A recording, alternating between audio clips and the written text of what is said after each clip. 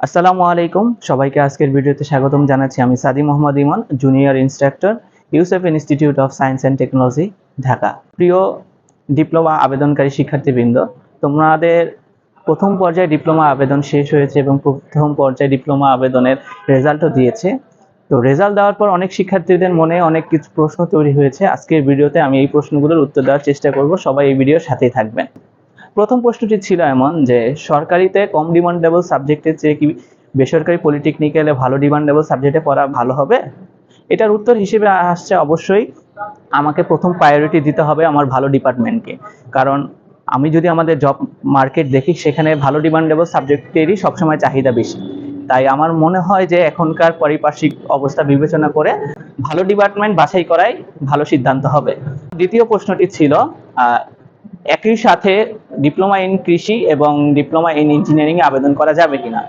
এটার উত্তর হিসেবে থাকবে অবশ্যই তুমি একই সাথে দুইটাতে আবেদন করতে পারবে, সেক্ষেত্রে তোমার আলাদা কোনো প্রবলেম হবে না। এবং আলাদা আলাদাভাবে এখানে তোমাকে ইনস্টিটিউট চয়েস দিতে হবে এবং তোমার রেজাল্টের উপর ভিত্তি করে যদি তোমার রেজাল্ট ভালো থাকে, সেক্ষেত্রে তোমার পলিটেকনিক এখানে আসতে পারে। এরপরের প্রশ্নটি ছিল বেসরকারি পলিটেকনিকে ভর্তির জন্য কি কি বিষয় মাথায় রাখতে হবে। প্রথমে যদি বলতে চাই যে বেসরকারি পলিটেকনিক ভর্তির জন্য অবশ্যই যে বিষয়গুলো আগে মাথায় রাখতে হবে, তার মধ্যে অন্যতম হলো যে পার্মানেন্ট ক্যাম্পাস আছে কিনা। এরপর থাকবে আমাদের পর্যাপ্ত ল্যাব ফ্যাসিলিটিস আছে কিনা, যেহেতু ডিপ্লোমাতে প্র্যাকটিক্যাল কাজকে খুবই গুরুত্বের সাথে দেখা হয়, সেক্ষেত্রে আমাদের এই ল্যাব সুবিধাগুলো ভালোভাবে যাচাই বাছাই করে নিতে হবে। পাশাপাশি দেখতে হবে যে সেখানকার শিক্ষক মন্ডলীগুলো কেমন, বা শিক্ষক মন্ডলী পর্যাপ্ত পরিমাণে আছে কিনা। এবং সর্বশেষ দেখতে হবে যে আলাদা সুবিধার মধ্যে আমাদের ওই সকল পলিটেকনিক্যাল জব প্লেসমেন্টের কোনো ব্যবস্থা আছে কি না। চতুর্থ প্রশ্নটি থাকবে মেয়েদের জন্য কোন ডিপার্টমেন্টগুলো ভালো হবে বা কোন টেকনোলজিগুলো ভালো হবে। যদি মেয়েদের কথা আলাদাভাবে বিবেচনা করতে চাই, তাহলে মেয়েদের জন্য বর্তমান প্রেক্ষাপটে সিভিল, আর্কিটেকচার, টেক্সটাইল এই সাবজেক্টগুলো মোটামুটি মেয়েদের জন্য ভালো। এবং এর পাশাপাশি যদি বর্তমান সময়ে আমরা চিন্তা ভাবনা করি, তাহলে কম্পিউটার সাবজেক্ট অথবা অনেকে ইলেকট্রিক্যাল, ইলেকট্রনিক্সও পড়তে আগ্রহী হচ্ছে। তো মেয়েদের জন্য আমার এই ডিপার্টমেন্টগুলোই সাজেশনে থাকবে।